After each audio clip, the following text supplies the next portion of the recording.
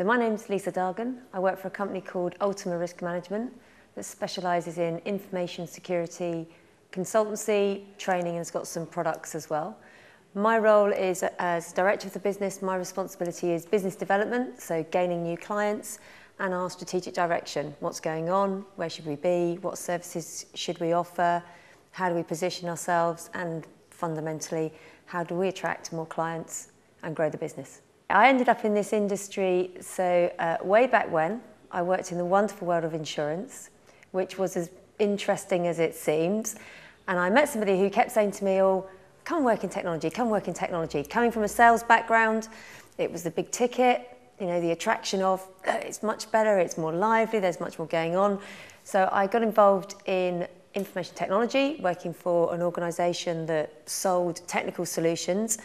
And I very quickly got involved in the information security element of that, so the technical side of that, which was far more interesting for me than selling massive boxes of tin and massive boxes that store things. It was more interesting because it wasn't one size fits all, it was about layering it, it was about the technology that sat behind it, and it was about what you do with the information you're getting back. And from there, I then got involved in a separate part of the business that was, right, technology's there, but what about people, process, governance, policy, and how does that affect it all? So yeah, you need smart bits of technology and smart bits of tin that can do something for you, but actually your weakest link is probably your people and your processes.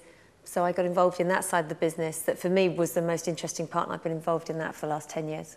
A typical day varies. I spend a lot of my time with clients, so speaking to clients, understanding what their problems are, challenges are, and trying to think about how we could help them solve those. So I go out and promise the earth, and then I have a team of people behind me who shoot me and then go and deliver it. But for me, so a typical day it's fairly email intensive, particularly the more time you spend with people, the more you have to follow that through and document what you found and what you recommend and so on and so forth. So a typical day for me is about out in front of clients most of the time.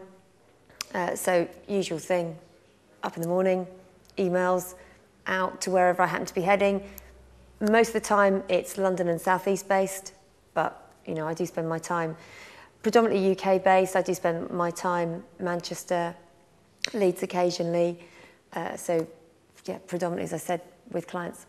In some respects, it's the same. Best bits and worst bits are the people. So best bits of the job is I meet lots of different people with principally the similar challenges or problems, but actually coming at it from different angles, different impacts, which gives them different risk profiles, different risk appetites. So the best bits is the people, the variety, the fact that it's constantly evolving. You know, the world of information security doesn't stand still.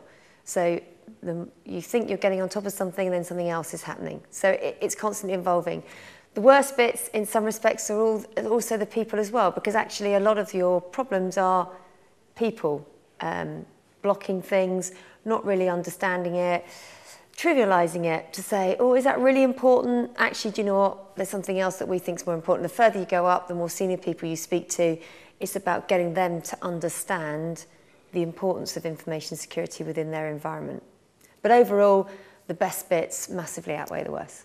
To research the industry is really your best bet. It's obviously to hit the internet and to look at some of the professional organisations like IISP, like CREST, to look at some of the magazines, articles, computing and things like that to find out further information. Or if you want to advance your career and look at probably further education as then a springboard to look at the universities, Royal Holloway is probably the best example of things that they've got available. If you think about coming into security, I would say it's as I said before, it's constantly changing. So you could think, actually, I quite fancy this area. Today we're talking about data scientists, or I really fancy that. But you might think, actually, no, I fancy looking at trying to do some forensic investigations on where people have been. And you might step back from that and say, that's all really good, but actually it's the people part.